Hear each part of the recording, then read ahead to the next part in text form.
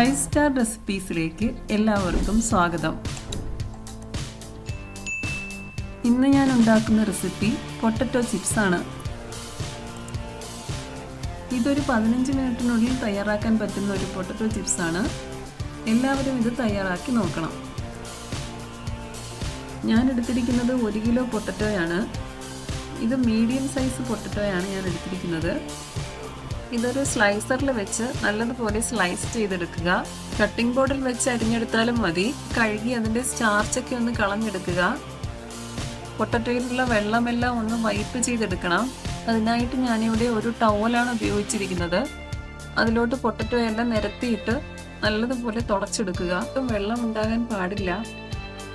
അങ്ങനെ വെള്ളമുണ്ടെങ്കിൽ potato fry ചെയ്യുമ്പോൾ അത് ക്രിസ്പി ആയിട്ട് കിട്ടത്തില്ല. വളരെ കനം കുറച്ച് വേണം പൊട്ടറ്റോ അരിയേണ്ടത്.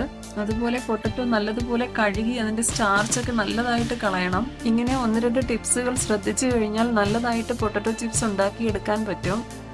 ഫ്രൈ പാനിലേക്ക് കുറച്ച് എണ്ണ ഒഴിച്ചത് ഫ്രൈ ചെയ്തെടുക്കാം. ഞാനിവിടെ സൺഫ്ലവർ ഓയിലിലാണ് ഇത് ഫ്രൈ ചെയ്തെടുക്കുന്നത്. വെളിച്ചെണ്ണയിൽ വേണമെങ്കിലും ഇത് തയ്യാറാക്കാവുന്നതാണ്. എണ്ണ നല്ലതായിട്ട് ചൂടായിട്ട് വരുമ്പോൾ മീഡിയം ഫ്ലെയിമിലോട്ട് ആക്കി കൊടുക്കുക. പൊട്ടറ്റോ കുറേശ്ശെ ഇട്ട് നമുക്കിത് വറുത്തെടുക്കാവുന്നതാണ്. ഓരോന്നായിട്ടിട്ട് വേണം ഇത് വറുത്തെടുക്കാനായിട്ട്. അല്ലാതെ ഒരുമിച്ച് എല്ലാം കൂടെ ഇട്ട് വറുത്തെടുക്കരുത്.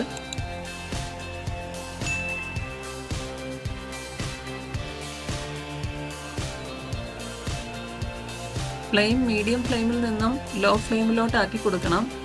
ഇടയ്ക്കിടയ്ക്ക് എണ്ണയുടെ ചൂടൊന്ന് ക്രമീകരിച്ച് കൊടുക്കുന്നത് നല്ലതായിരിക്കും.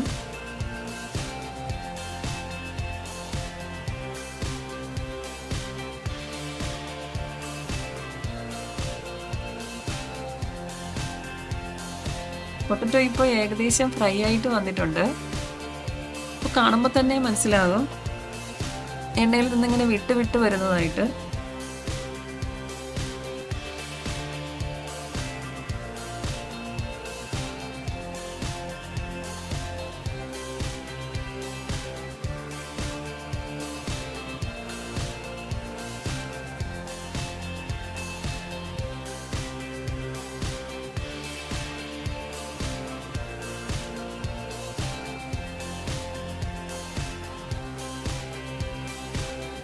ഇപ്പോൾ നല്ലൊരു ഗോൾഡൻ കളറായിട്ട് വന്നിട്ടുണ്ട്. ഇനി നമുക്ക് എണ്ണയിൽ നിന്നും മാറ്റാവുന്നതാണ്. എല്ലാം വറുത്ത് കോരിയതിന് ശേഷം ലാസ്റ്റ് ഉപ്പ് സ്പ്രിങ്കിൾ ചെയ്ത് കൊടുത്താൽ മതി.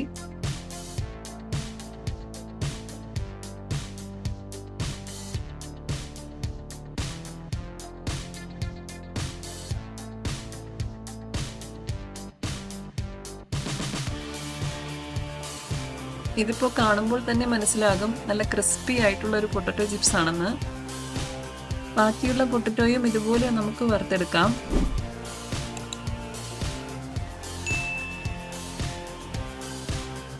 കുട്ടികൾക്ക് കടയിൽ നിന്നും പാക്കറ്റ് ചിപ്സ് മേടിക്കുന്നതിന് പകരം ഇങ്ങനെ വീട്ടിൽ തന്നെ ഉണ്ടാക്കി കൊടുക്കുന്നതാണ് ഏറ്റവും നല്ലത്.